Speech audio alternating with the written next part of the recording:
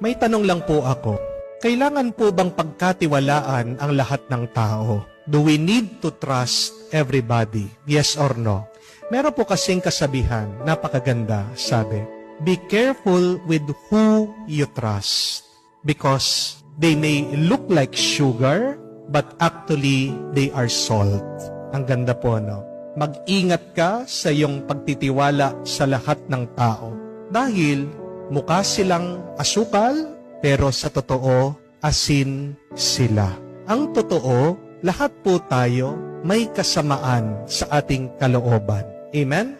May masama na pumasok sa ating pagkatao. Ang tawag natin dyan, original sin. Kaya nga, mag-ingat tayo sa pagtitiwala natin sa mga tao. Dahil pumasok ang masama sa atin, sigurado, minsan ang tao makasarili. Minsan ang tao iniisip niya ang kanyang sarili lang. Minsan ang tao kapag abuso.